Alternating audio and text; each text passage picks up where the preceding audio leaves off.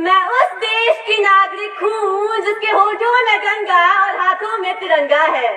वो देश जो कभी सत्यम शिवम सुंदरम, कभी वंदे मातरम, तो कभी पंजाब सिंध गुजरात मराठा द्राविड़ उत्कल बंगा है। मैं उस देश की वासी हूँ जो हर ठुकराए हुए की शरण स्थली बन जाता है। वो देश जो 7 समंदर पार परदेशियों को भी अपने ब्रदर्स एंड सिस्टर कहकर बुलाता है। यही प्रेम की पूज्य भूमि भारतवर्ष कहलाता है। यही प्रेम की पूज्य भूमि भारतवर्ष कहलाता है।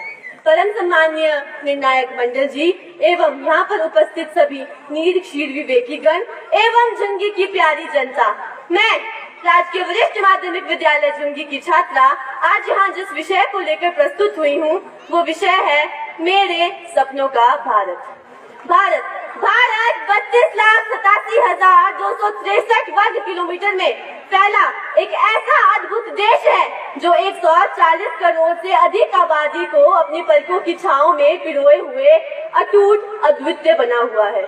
मैंने अपने इस महान भारत के लिए एक महान सपना देखा है, मेरे महान भारत के उज्जवल भविष्य का सपना, आत्मनिर्भर विकसित समर्थ भारत का सपना।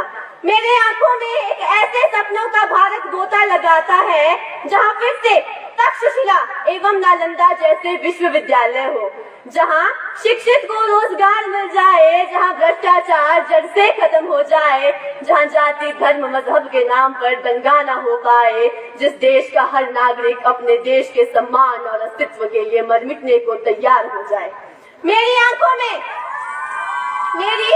में एक ऐसे सपनों का भारत गोता लगाता है जिसका स्थान महिला सुरक्षा एवं शांति के संदर्भ में प्रथम हो। और मान्यवर, बताते हुए बहुत खेद होता है कि मेरा आज का भारत विश्व के 177 देशों में से 128वें स्थान पर स्थित है। मेरी आंखों में एक ऐसे भारत का सपना गोता लगाता है जो विश्व की सबसे बड़ी अर्थव्यवस्था हो। मैं एक ऐसे भारत के प्रति संकल्पित हूँ जहाँ कश्मीर सुनकर आतंकवाद याद आए तो सिर्फ खूबसूरती। मैं एक ऐसे भारत के प्रति संकल्पित हूँ जो फिर से सोने की चिड़िया बन जाए, जहाँ की मिट्टी फिर से सोना उगले। इस पर मुझे महात्मा गांधी जी की कुछ पंक्तियाँ याद आती हैं कि चलो भारत को नष्ट कर जीवन को महकाओ, एक बार ही सही लेकिन फिर से सोने की चिड़िया बन जाओ, सोने की चिड़िया बन जाओ। मान्यवर, मेरे भारत की महानता किसी से छुपी नहीं है। भारत वो है जब दुनिया अपना भूगोल पहचान रही थी तब हमने ब्रह्मांड खोज दिया था। जब दुनिया 1, 2 और 3 में व्याकुल थी तब हमने शून्य दे दिया था। मैं उस देश की नागरिक हूँ जिसने 200 वर्ष गुलामी सहनकर आज वो उन्नति के पथ पर अग्रसर है। और महोदय, जो सपना मैंने अपने भारत के लिए देखा है उसमें हर नारी का सम्मान होगा, हर नारी का सम्मान होगा, हर पुरुष मर्यादावान होगा, हर नारी का सम्मान होगा, हर पुरुष मर्यादावान होगा। किसी दंगे का कारण न गीता न कुरान होगा। चंद्रमा की सतह पर मेरा अपना हिंदुस्तान होगा। मेरे भारत की मिट्टी के खातिर शहीद होने को तैयार हर इंसान होगा। जी हाँ, मेरे सपनों का भारत इतना महान होगा, मेरे सपनों का भारत इतना महान होगा। मैं अपने भारत को वैज्ञानिकी और सूचना प्रौद्योगिकी के शिखर पर पहुंचाना चाहती हूँ। मैं चाहती हूँ कि मेरे भारत में एक ऐसी शिक्षा प्रणाली लागू हो जो हर इंसान को अपना जीवन जीने का अधिकार दे, जो हर इंसान के सपनों को साकार करे। मैं भारत में ऐसी व्यवस्था चाहती हूँ जिससे हर नागरिक को स्वास्थ्य सुविधाएं मिल जाएं, हर नागरिक खुद को खुशनसीब महसूस करे, हर नागरिक मेरे भारत पर गर्व कर सके।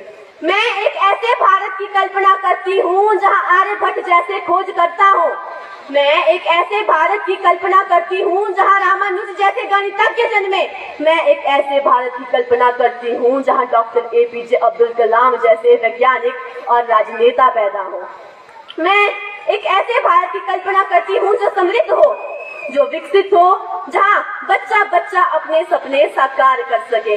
और मुझे आशा है कि मेरा ये सपना जरूर पूरा होगा और मैं आज से अभी से अपने सपने को साकार करने के लिए प्रतिबद्ध हूँ।